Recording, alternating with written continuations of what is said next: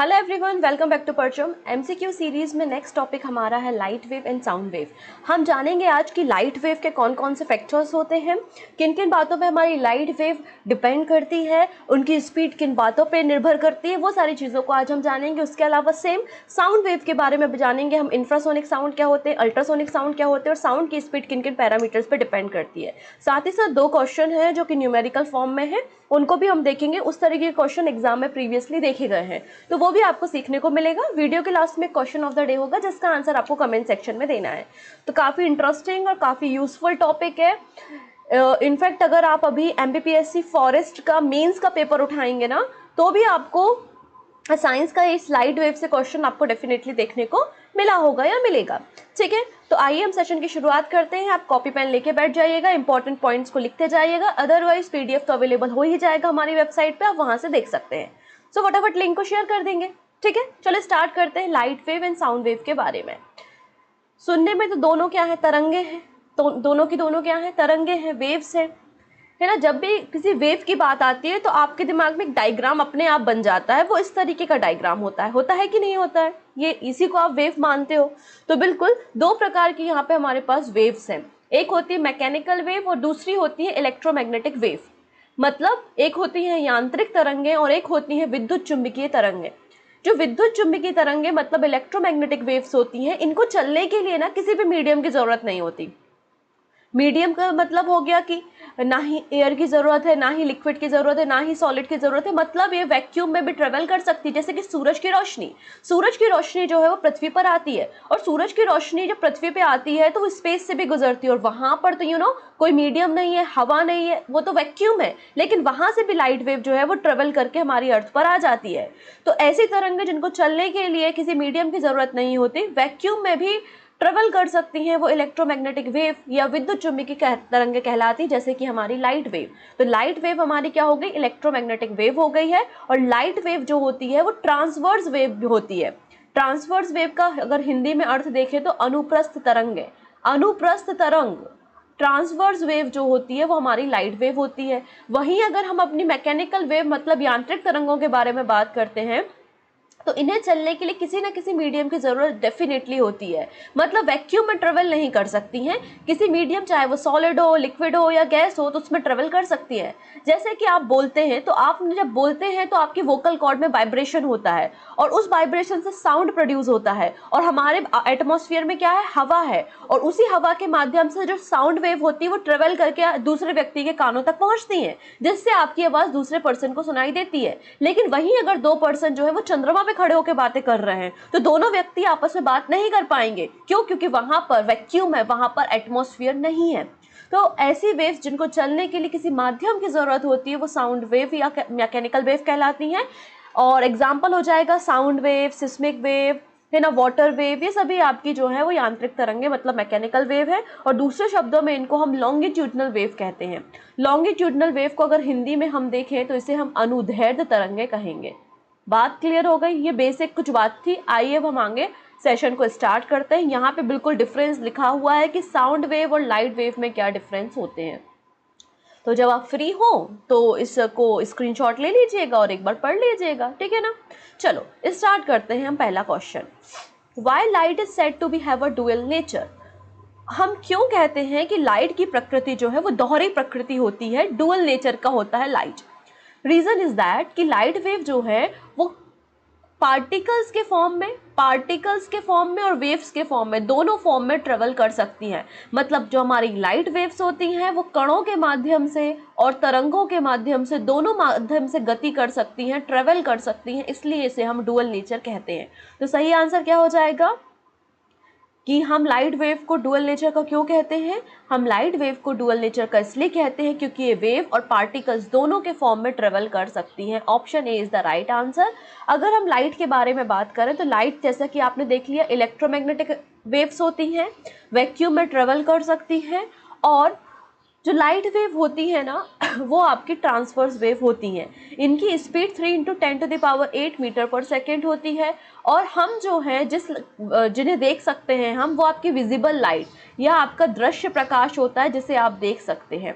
है ना, इसे आप विजिबल लाइट कहते हैं। आप दृश्य प्रकाश को देख सकते हैं जो कि 400 नैनोमीटर से लगभग 780 नैनोमीटर तक होता है। ये आपकी जो रेंज होती है ये आपकी विजिबल लाइट का स्पेक्ट्रम होता है जिसे आप देख सकते हैं। मतलब 400 नैनोमीटर से कम की जो लाइट होगी उनको भी नहीं देख पाओगे और 780 नैनोमीटर से जो ऊपर की लाइट होगी उन्हें भी नहीं देख पाओगे।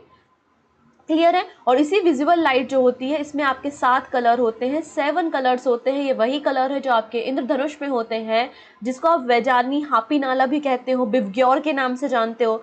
वो यही 7 कलर है जो कि वायलेट से लेकर रेड तक होते हैं। तो इन्हीं 7 कलर को आप देख सकते हो और इसके ऊपर और नीचे की लाइट को आप नहीं देख सकते। तो ये आपका विजिबल लाइट का स्पेक्ट्रम कहलाता है। अब हमारे पास 3 प्राइमरी कलर होते हैं जिनको हम RGB मतलब रेड, ग्रीन और ब्लू कहते हैं। ठीक है, चलो डुअल नेचर ऑफ लाइट मैंने बता दिया है कि समटाइम जो हमारी लाइट होती है वो पार्टिकल्स मतलब फोटोन के फॉर्म में ट्रेवल करती है, स्ट्रेट लाइन में ट्रेवल करती हैं, और समटाइम हमारा जो लाइट होता है वो हमारा वेव की तरह वेव करता है। तभी तो उसमें डिफ्रैक्शन होता है, डिस्पर्शन होता है, रिफ्लेक्शन होता है, रिफ्रैक्शन होता है। क्यों? क्योंकि लाइट वेव के फॉर्म में ट्रेवल कर रही है, तो इसलिए डुअल नेचर कहते हैं हम लाइट को। अगली बात है an incident ray is. Incident ray क्या है? तो ऐसी रे जो कि आ रही हो और किसी मिरर पे पड़ती हो, वो आपकी इंसिडेंट रे है। The ray of light which fall on the mirror surface, वो आपकी इंसिडेंट रे कहलाती है। मान लेते हैं मेरे पास एक प्लेन मिरर है और इस प्लेन मिरर को मैंने पीछे से पेंट कर दिया है, ओके है। अब यहाँ से एक लाइट आ रही है, ये जो लाइट आ रही है और मिरर के सरफेस पे पड़ रही है, यही आपकी इंसिडेंट रे कहलाती है, यही आपकी इंसिडेंट रे कहलाती है। और फिर लाइट की जो रे है ना, वो इस पॉइंट से टकराकर वापस जाएगी, जिसको हम क्या कहेंगे? रिफ्लेक्टेड रे कहेंगे। हिंदी में इसे हम आपतित किरण कहते हैं, आपतित किरण कहते हैं, और इसे हम परावर्तित किरण के नाम से जानते हैं।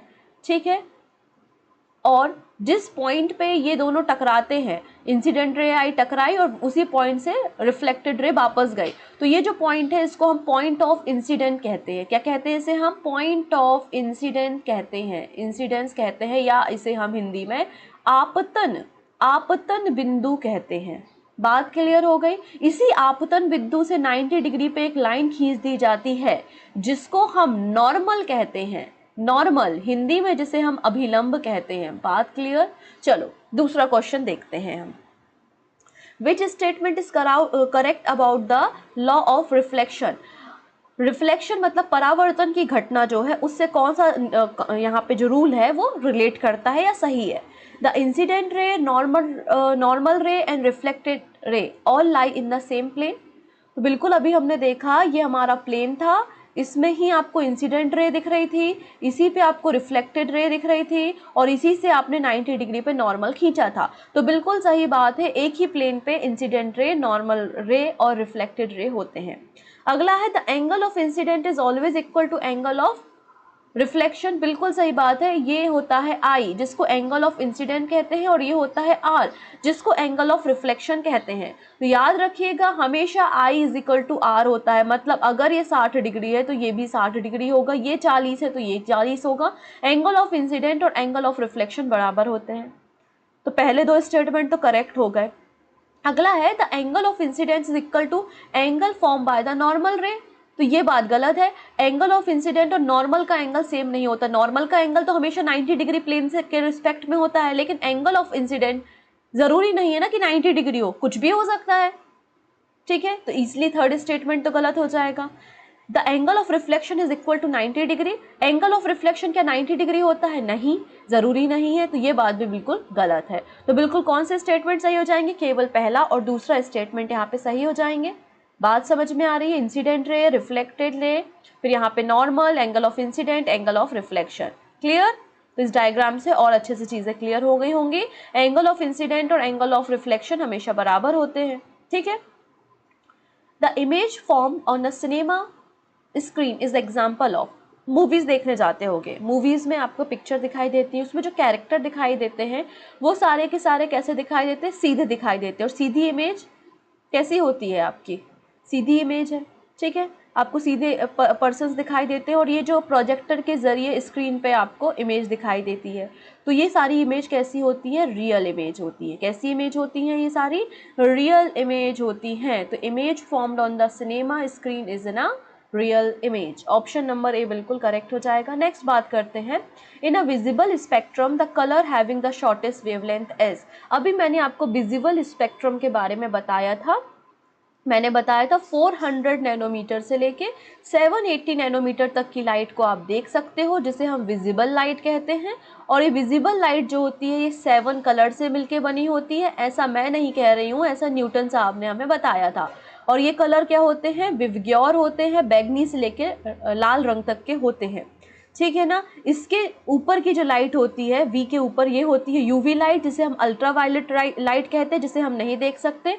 और आर के ऊपर होती है IR, मतलब इंफ्रारेड लाइट, जिसको हम अवरक्त प्रकाश कहते हैं, जिसे हम नहीं देख सकते। क्लियर? तो आर के ऊपर मतलब 780 नैनोमीटर के बाद क्या हो जाएगा? इंफ्रारेड आएगा। और 400 नैनोमीटर के पहले क्या आ जाएगा? यूवी लाइट या अल्ट्रा वायलेट लाइट आएगी, ठीक है ना। और यही IR जो होती है, यही हमारी ग्लोबल वार्मिंग या फिर ग्लोबल वार्मिंग के अलावा ग्रीन हाउस के लिए रिस्पॉन्सिबल होती है IR लाइट, ठीक है। तो आप देख सकते हैं बैगनी रंग से लेके लाल रंग का लाइट। तो वायलेट कलर की वेवलेंथ आप देखिए 400 नैनोमीटर है, ये वेवलेंथ है, ठीक है। 400 नैनोमीटर बैगनी रंग की वेवलेंथ है, जबकि रेड रंग की जो आपकी वेवलेंथ है वो 780 नैनोमीटर है। बोला गया है कि शॉर्टेस्ट वेवलेंथ किसकी होती है, तो सबसे कम किसकी दिख रही है? बैगनी रंग की सबसे कम होती है, लाल रंग की सबसे ज़्यादा होती है। तो यहाँ पे पूछा सबसे शॉर्टेस्ट किसकी है, तो आंसर हो जाएगा वायलेट कलर की। वायलेट कलर की वेवलेंथ सबसे कम होती है, लाल कलर की सबसे ज़्यादा होती है। Option D. मैंने कैसे सिखाया यहाँ पे?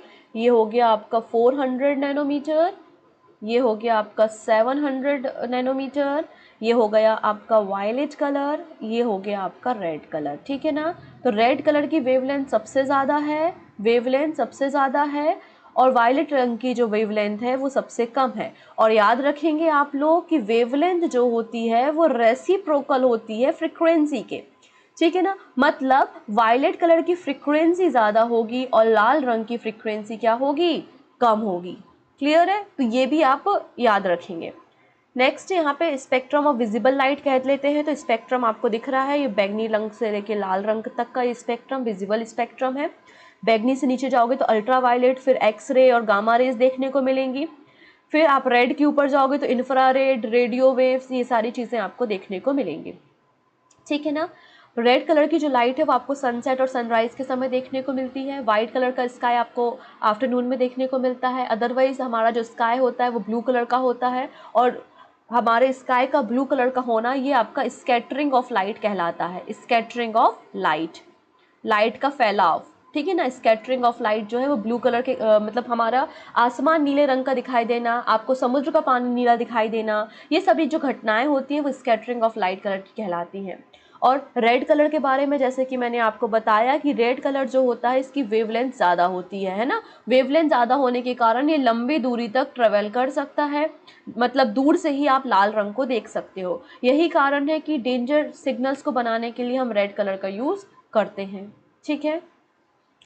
चलिए अगली बात करते हैं, which one of the following wave are used in common TV remote control. तो रिमोट कंट्रोल में हम कौन सी वेव यूज़ करते हैं, तो आंसर हो जाएगा IR, इंफ्रारेड वेव्स को हम यूज़ करते हैं। ऑप्शन नंबर सी बिल्कुल करेक्ट हो जाएगा।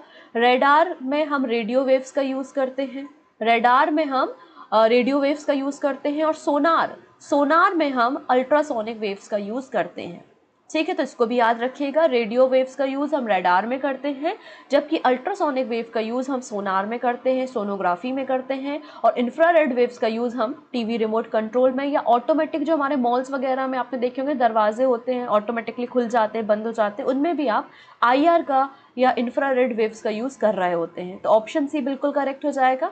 यहाँ पे आप उस स्पेक्ट्रम को देख सकते हैं, यहाँ पे और डिटेल में आपको स्पेक्ट्रम दिखाई दे रहा है, ठीक है। तो इस स्पेक्ट्रम का क्रम याद रखिएगा कि gamma ray, X ray, UV, visible light, infrared और रेडियो वेव। और रेडियो वेव में भी आपको यहाँ पे TB, FM और AM देखने को मिलेगा, ठीक है। चलो उसी पे आधारित एक क्वेश्चन है, consider the following part of spectra. इन्हें आपको करेंट सीक्वेंस में उनकी वेवलेंथ की इंक्रीजिंग ऑर्डर में जमाना है। तो देखिए यहाँ पे विजिबल, इंफ्रारेड, अल्ट्रावायलेट और माइक्रोवेव है। तो यहाँ पे सबसे कम यहाँ पे अगर बात करते हैं, देखो जिसकी फ्रिक्वेंसी सबसे ज़्यादा होती है उसकी वेवलेंथ सबसे कम होती है। तो जो माइक्रोवेव्स होती हैं उनकी फ्रिक्वेंसी तो आपकी गीगाहर्ट्ज़ में होती है, फ्रिक्वेंसी उनकी माइक्रोवेव्स की क्या होती है, माइक्रोवेव्स की फ्रिक्वेंसी गीगाहर्ट्ज़ में होती है, मतलब इनकी वेवलेंथ बहुत कम होगी। सबसे पहले आ जाएंगे माइक्रोवेव्स। माइक्रोवेव्स के बाद अभी आपको स्पेक्ट्रम दिखाया था, अल्ट्रावायलेट आती हैं, फिर विजिबल लाइट आती हैं और फिर इंफ्रारेड आती है। कोई ऑप्शन मैच हो रहा है? 4 3 1 2, बिल्कुल ऑप्शन नंबर यहाँ पर ए सही होगा, है ना, क्योंकि यहाँ पे वेवलेंथ की इंक्रीज ऑर्डर में जमाना है। तो वेवलेंथ का इंक्रीजिंग ऑर्डर यही है। सबसे ज़्यादा वेवलेंथ आपको किसकी मिलेगी? तो सबसे ज़्यादा वेवलेंथ आपको मिलेगी इंफ्रारेड की। अभी हमने देखा, यहाँ पे एक बार और देख लेते हैं। ये देखिए यहाँ पे विजिबल लाइट और इसके बाद आपको IR देखने को मिलेगा। यहाँ पर आपकी विजिबल लाइट है, इसके पहले आपका UV है और इसके पहले आपको यहाँ पे माइक्रोवेव देखने को मिलेगा। तो यहाँ पे सही आंसर हो जाएगा ऑप्शन नंबर ए, 4 3 1 2। ठीक है, नेक्स्ट बात करते हैं, which of the following type of light are strongly absorb by plant.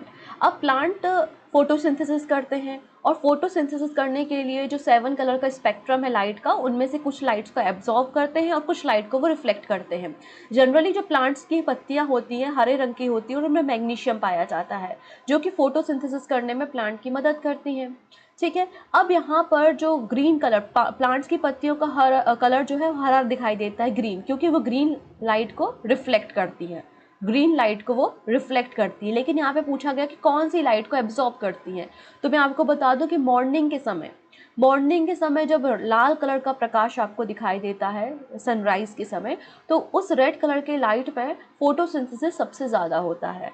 तो सही आंसर क्या हो जाएगा? Blue and red, option number B बिल्कुल करेक्ट हो जाएगा। ठीक है, the separation of white light into its component colour is called.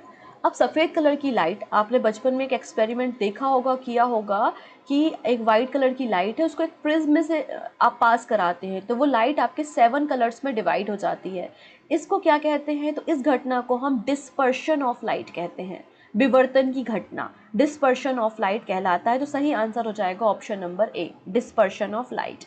ठीक है ना, आपने देखा होगा कि व्हाइट लाइट है जो 7 कलर में डिवाइड जाती है। सबसे ऊपर याद रखिएगा रेड कलर होता है और सबसे नीचे जो है वो वायलेट कलर होता है। आपके रेनबो का भी यही सीक्वेंस होता है, तो रेनबो का सीक्वेंस भी यही होता है, इस बात को याद रखिएगा।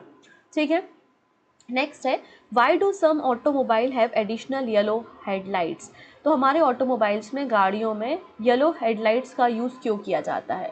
तो पहली चीज़ तो येलो हेडलाइट्स जो होती हैं वो पेनिट्रेट कर जाती हैं फॉग को। अगर हैवी रेन हो रही है तो उससे भी क्रॉस हो जाती है, जिससे कार या बाइक चलाने में आसानी हो। ठीक है, इसलिए फॉगी नाइट में रोड्स को प्रॉपर्ली देखने के लिए येलो हेडलाइट्स यूज़ की जाती है। तो ऑप्शन नंबर सी बिल्कुल करेक्ट हो जाएगा यहाँ पे, option number C is the right answer. Next है, light travel slower in glass than in air because. अब देखिएगा, स्पीड ऑफ लाइट के बारे में हम बात करते हैं, स्पीड ऑफ लाइट के बारे में बात करेंगे। जनरली हम बात करते हैं स्पीड ऑफ लाइट क्या होती है, 3 × 10⁸ मीटर पर सेकेंड होती है। ये मैक्सिमम स्पीड होती है लाइट की, ये मैक्सिमम स्पीड होती है लाइट की। और मैक्सिमम स्पीड कहाँ होती है? वैक्यूम में होती है, वैक्यूम में मैक्सिमम स्पीड होती है लाइट की। ठीक है, अब लाइट को चलने के लिए किसी मीडियम की ज़रूरत नहीं होती, लेकिन ऐसा तो है नहीं कि लाइट मीडियम के साथ ट्रेवल नहीं करती, बिल्कुल करती हैं। हमारे पास 3 मीडियम है, मान लेते हैं एयर है, लिक्विड है और सॉलिड है। ठीक है ना, तो यहाँ पे जो स्पीड ऑफ लाइट होती है वो मीडियम पे डिपेंड करती, एयर में सबसे ज़्यादा होगी, फिर लिक्विड में, और फिर सॉलिड में स्पीड ऑफ लाइट सबसे कम होती है। ठीक है, तो पहली चीज़ तो मीडियम पे जो है वो स्पीड ऑफ लाइट डिपेंड करती है, वैक्यूम में सबसे ज़्यादा, फिर एयर में, फिर लिक्विड में और सॉलिड में। अब हर एक मटेरियल का अपना एक रिफ्रैक्टिव इंडेक्स होता है ना, हर एक मटेरियल का अपना एक रिफ्रैक्टिव इंडेक्स होता है जो बताता है कि वो मटेरियल कितना डेंस है ना, मतलब किस में मॉलिक्यूल ज़्यादा पास पास है, किस में मॉलिक्यूल दूर दूर है। ठीक है, तो डेंसिटी जो होती है किसी भी मटेरियल की वो उसके रिफ्रैक्टिव इंडेक्स से पता चलती है। ओके, तो रिफ्रैक्टिव इंडेक्स किसी मीडियम का डिफाइन करता है कि स्पीड ऑफ लाइट कैसी होगी। तो सही आंसर क्या हो जाएगा यहाँ पर? अब आप बता पाएंगे लाइट क्यों ग्लास में स्लो होती है और एयर में फास्ट होती है? Because density of glass is greater than that of air. Density जो ग्लास की होती है वो ज़्यादा होती है, क्योंकि ग्लास जो है सॉलिड है और उसमें जो मॉलिक्यूल होते हैं वो बहुत ज़्यादा करीब, बहुत ज़्यादा पास पास होते हैं। और एयर जो होता है उसमें मॉलिक्यूल बहुत ज़्यादा दूर दूर होते हैं, तो एयर की डेंसिटी कम है, इसलिए स्पीड ऑफ लाइट वहाँ पर ज़्यादा होती है। तो स्पीड ऑफ लाइट जो है वो इंडिपेंडेंट होती है, मतलब डिपेंड नहीं करती है फ्रीक्वेंसी पे, वेवलेंथ पे, लेकिन हाँ मीडियम के रिफ्रैक्टिव इंडेक्स पे ज़रूर हमारी स्पीड ऑफ लाइट डिपेंड करती है। बेसिकली रिफ्रैक्टिव इंडेक्स क्या है, रेशियो होता है स्पीड ऑफ लाइट और in the medium and speed of light, मतलब नॉर्मली स्पीड ऑफ लाइट और upon the speed of light in medium. अगर रिफ्रैक्टिव इंडेक्स ज़्यादा है तो स्पीड कम होगी और रिफ्रैक्टिव इंडेक्स कम है तो स्पीड ज़्यादा होगी। जैसे एयर का रिफ्रैक्टिव इंडेक्स आप देखेंगे 1 होता है, जबकि वही ग्लास का जो रिफ्रैक्टिव इंडेक्स है वो 1.5 होता है। डायमंड का आप देखेंगे रिफ्रैक्टिव इंडेक्स 2.4 होता है। जितना ज़्यादा रिफ्रैक्टिव इंडेक्स मतलब मैटर उतना ज़्यादा डेंस है और स्पीड उतनी ज़्यादा कम होगी, उतनी ही कम हो जाएगी, ठीक है। नेक्स्ट है the colour on soap bubble is due to.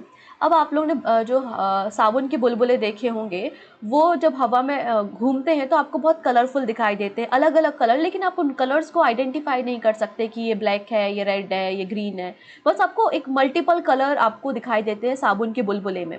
In fact आप लोगों ने वो सीडी हम यूज़ करते थे, है ना, सीडी भी देखी होगी आप, हर एक एंगल से देखोगे आपको अलग अलग कलर दिखाई देता होगा। और जैसे अभी रेनी सीजन चल रहा है तो कई बार जो ऑयल वगैरह होता है वो रोड पे गिर जाता है और उस पर जब पानी पड़ता है तो हम देखते हैं तो हमको मल्टीपल कलर दिखाई देते हैं। तो ये सारी चीज़ें क्यों होती हैं, तो ये सारी चीज़ें जो है वो इंटरफेरेंस ऑफ लाइट के कारण होती है, जिसे हम हिंदी में व्यतिकरण की घटना कहते हैं। हिंदी में क्या कहते हैं, व्यतिकरण की घटना, और इंग्लिश में से इंटरफेरेंस ऑफ लाइट कहते हैं। ऑप्शन ए बिल्कुल सही हो जाएगा। हिंदी में और इंग्लिश में दोनों में इंटरफेरेंस ऑफ लाइट को बताया गया, आप इसे पढ़ लीजिएगा। साउंड वेव्स के बारे में अब बात करना शुरू करते हैं। जैसे हमने देखी थी speed of light, speed of light हमने देखा था मीडियम पे डिपेंड करती है, एयर में सबसे ज़्यादा है, मतलब हालांकि वैक्यूम में सबसे ज़्यादा होती है, फिर एयर में, फिर आपकी लिक्विड में, और लिक्विड के बाद जो है वो सॉलिड में होती है। वैसे स्पीड ऑफ साउंड जो है वो भी मीडियम पे डिपेंड करती है, स्पीड ऑफ साउंड पे मीडियम पे डिपेंड करती है। सॉलिड में स्पीड ऑफ साउंड सबसे ज़्यादा होती है, फिर लिक्विड में और फिर एयर में। तो यहाँ पे बोला है कि sound propagate maximum in, sound की स्पीड सबसे ज़्यादा कहाँ पर होगी, तो आंसर हो जाएगा सॉलिड में होगी। ऑप्शन नंबर सी बिल्कुल करेक्ट हो जाएगा, ठीक है। नेक्स्ट बात करते हैं अल्ट्रासोनिक वेव्स के बारे में, इनमें से कौन सी एप्लीकेशन सही नहीं है।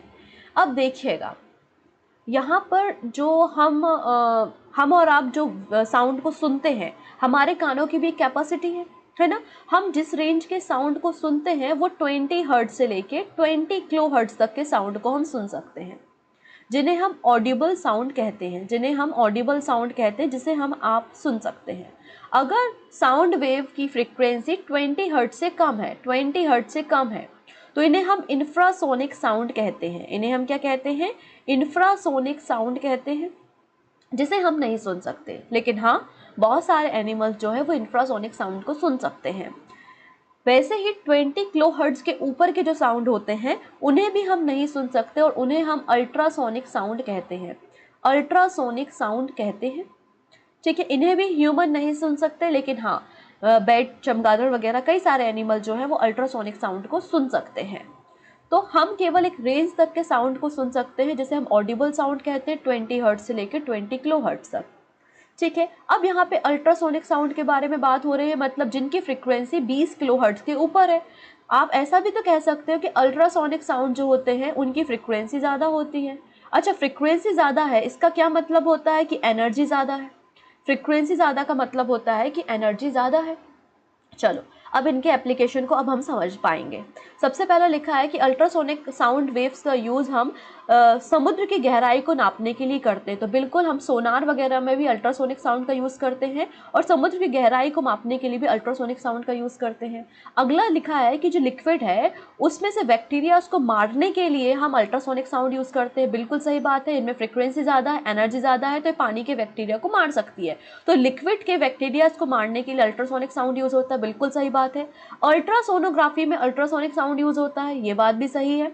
फिर बोला है कि निडल, कोई भी निडल है उसमें से बैक्टीरिया को मारने के लिए हम अल्ट्रासोनिक साउंड यूज़ नहीं करते। मतलब कौन से स्टेटमेंट सही नहीं है, तो ऑप्शन नंबर डी अकेला गलत है, बाकी सारे के सारे स्टेटमेंट यहाँ पे सही है, ऑप्शन बी, ठीक है। तो यहाँ पे ये सारे एप्लीकेशंस लिखे हुए हैं अल्ट्रासोनिक साउंड के। ठीक है, हमारे जो मशीनरी पार्ट्स होते हैं उनसे भी डस्ट वगैरह को अलग करने के लिए अल्ट्रासोनिक साउंड का यूज़ किया जाता है। What is the speed of sound in air? Air में साउंड की स्पीड क्या होती है? तो पहली चीज़ तो ये मैं आपको बता दूं कि स्पीड ऑफ साउंड जो होता है वो टेम्परेचर पे डिपेंड करता है। टेम्परेचर ज़्यादा तो स्पीड ऑफ साउंड भी ज़्यादा, टेम्परेचर ज़्यादा तो स्पीड ऑफ साउंड भी ज़्यादा होती है। तो इन जनरल हम नॉर्मल 25 डिग्री सेल्सियस के बारे में ही बात कर रहे हैं, क्योंकि अलग अलग बुक में फिर आपको टेम्परेचर के हिसाब से डेटा अलग अलग देखने को मिलेगा। तो speed of sound normal 25 degree temperature पे कितनी होती है? तो 332 मीटर पर सेकेंड होती है। Option number B is the right answer. ठीक है, नेक्स्ट बात करते हैं। ये स्पीड ऑफ साउंड आप देख सकते हो कि हर एक टेम्परेचर पे आपको एक अलग स्पीड ऑफ साउंड देखने को मिलेगी, और आप सॉलिड पे जाओगे तो स्पीड ऑफ साउंड बहुत ज़्यादा बढ़ जाएगा। नेक्स्ट है, name the characteristic of sound which differentiate a sharp sound from a grave और डल साउंड। साउंड की ऐसी कौन सी क्वालिटी होती है जिससे आप डिफरेंशिएट कर सकते हो कि ये पतला साउंड है, ये मोटा साउंड है। जैसे लड़कियां होती हैं, लड़कियों की आवाज़ जनरली पतली होती है, क्यों? क्योंकि उनकी फ्रीक्वेंसी ज़्यादा होती है। जबकि लड़कों की आवाज़ थोड़ी सी भारी होती है, क्यों? क्योंकि उनकी आवाज़ की फ्रीक्वेंसी कम होती है, और इस बात को हम डिसाइड करते हैं उनकी पिच से। तो सही आंसर हो जाएगा ऑप्शन नंबर सी। नेक्स्ट है, due to the which phenomena sound is heard at longer distance in night than in a day. तो साउंड जो है हमको रात के समय दूर तक सुनाई देता है और दिन के कंपैरिजन में। ऐसा क्यों? तो पहला तो रात के समय जो है वो और दूसरा जो नॉइस पॉल्यूशन है वो कम हो जाता है। पहले रीज़न तो एक ये भी है, और दूसरा रीज़न होता है कि रिफ्रैक्शन ऑफ लाइट। दूसरा रीज़न क्या होता है? रिफ्रैक्शन ऑफ लाइट के कारण, मतलब लाइट में जो अपवर्तन की घटना होती है, अपवर्तन के कारण जो है वो आपको रात में लॉन्ग डिस्टेंस तक साउंड सुनाई देता है दिन के कंपैरिजन में। ऑप्शन बी बिल्कुल करेक्ट हो जाएगा। या आप लोग बिल्कुल बता देंगे कि what will be the effect of temperature on the speed of sound. तो बिल्कुल टेम्परेचर स्पीड ऑफ साउंड को डिपेंड करता है, इफेक्ट करता है। जैसे जैसे साउंड मतलब टेम्परेचर बढ़ता है, स्पीड ऑफ साउंड भी बढ़ जाती है। तो सही आंसर हो जाएगा option number D, the speed of sound increase with increase of temperature of the medium. ठीक है, नेक्स्ट है, when a motor boat in a sea travel faster than sound, then wave just like a shock wave are produced on the surface of water. These wave are called. अब कभी भी आपने boat या नाव को चलते हुए देखा होगा, तो नाव में जो आगे वाला पोर्शन होता है, जैसे ये नाव है, इस तरीके से नुकीली होती है आगे की तरफ से, और जब ये आगे चलती है तो यहाँ पर कुछ वेव्स जनरेट होती हैं। तो पूछा जा रहा है इन वेव्स को क्या कहते हैं? तो इन वेव्स को हम वो वेव्स कहते हैं। इन वेव्स को हम वो वेव्स कहते हैं। ऑप्शन नंबर डी बिल्कुल करेक्ट हो जाएगा। आप इस डायग्राम के जरिए यहाँ पे और अच्छे से समझ सकते हैं कि आपकी वो वेव्स कहलाती हैं। नेक्स्ट है, what is the unit of loudness? Loudness की क्या यूनिट है? तो मैं एक चीज़ बताना चाहती हूँ, लाउडनेस मतलब आप कितनी ज़ोर से बोल रहे हैं।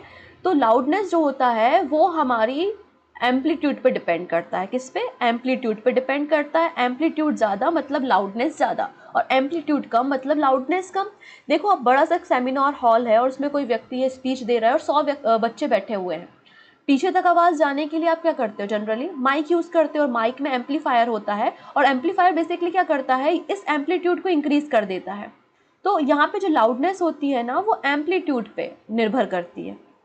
ठीक है, अब यूनिट ऑफ लाउडनेस पूछा है, तो यूनिट ऑफ लाउडनेस जो है वो बेल भी होता है, फोन भी होता है, और डेसिबल भी होता है। मतलब all of the above right answer हो जाएगा ऑप्शन डी।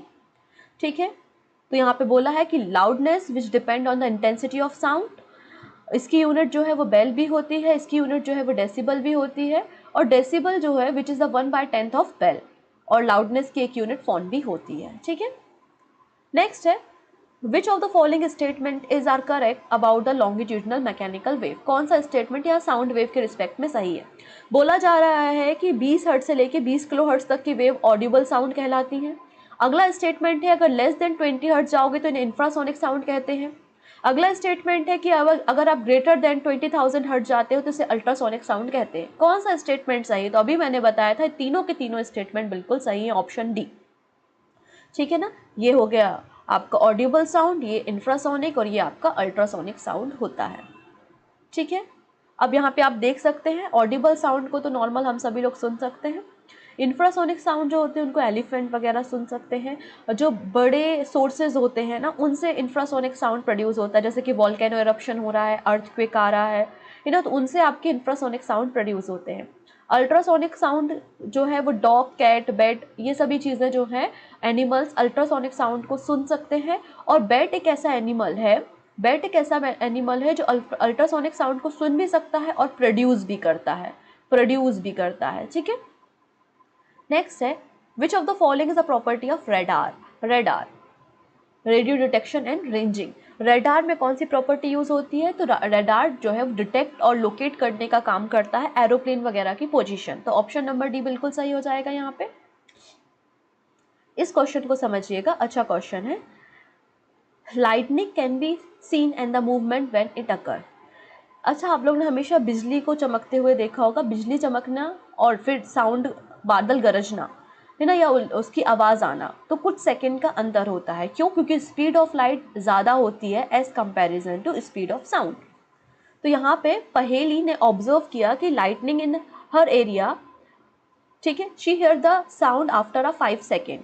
तो इसका ये क्या मतलब हुआ, कितनी दूर पे बिजली चमकी है? तो बड़ा आसान है, आप लोग ने रीजनिंग या एप्टीट्यूड पढ़ा होगा, उसमें आप लोगों ने एक फॉर्मूला पढ़ा होगा, speed is equal to distance upon time, ठीक है। अब यहाँ पे गिवन है कि स्पीड कितनी है, 330 मीटर पर सेकेंड है, और डिस्टेंस हमें पता करना है, और टाइम दिया है 5। तो आप यहाँ से निकाल सकते हो स्पीड ऑफ साउंड, मतलब 330 इंटू 5 इज इक्वल टू आपको डिस्टेंस देखने को मिल जाएगा, कितनी दूरी पे बिजली चमकी है, ठीक है। तो सही आंसर हो जाएगा 1650 मीटर। आसान है। तो इस तरीके के क्वेश्चन को आप बहुत आसानी से नॉर्मल जो फॉर्मूला आप यूज़ करते हो, speed is equal to distance upon time, वहाँ से निकाल सकते हो। अगला क्वेश्चन है, an object is vibrating at 50 hertz, what is the time period. अब यहाँ पे फ्रीक्वेंसी दी हुई है आपको 50 हर्ट्स और टाइम पीरियड पूछा है। फ्रीक्वेंसी और टाइम पीरियड एक दूसरे के रेसिप्रोकल, मतलब एक दूसरे के उल्टे होते हैं, ठीक है। Frequency is equal to 1 upon T, तो T is equal to 1 upon F लिख सकते हो। टी पता नहीं है, एफ पता है 50 हर्ट्ज है, तो उसको अगर आप निकालोगे तो 0.02 सेकेंड आ जाएगा ना। तो ऑप्शन नंबर यहाँ पर ए करेक्ट हो जाएगा। यहाँ पे देखिए कैलकुलेशन दिया हुआ है, ठीक है। तो इस तरीके से बेसिक क्वेश्चन एग्जाम में बनते हैं। तो फॉर्मूला अगर आपको याद है या कॉन्सेप्ट भी पता है तो आप यहाँ से निकाल लेंगे। This is the question of the day. Loud sound can travel a large distance due to. तो लाउड साउंड जो है वो दूर तक सुनाई देता है, क्यों? इसका हाई एम्पलीट्यूड है, हाई एनर्जी है, हाई फ्रिक्वेंसी है, या हाई स्पीड है, क्या रीज़न है? इसका आंसर आप हमको कमेंट में दीजिएगा। So thank you so much, हम मिलते हैं नेक्स्ट सेशन में ऐसे ही कुछ नए MCQ सीरीज़ के साथ। तब तक अपना ध्यान रखेंगे। Take care and bye bye.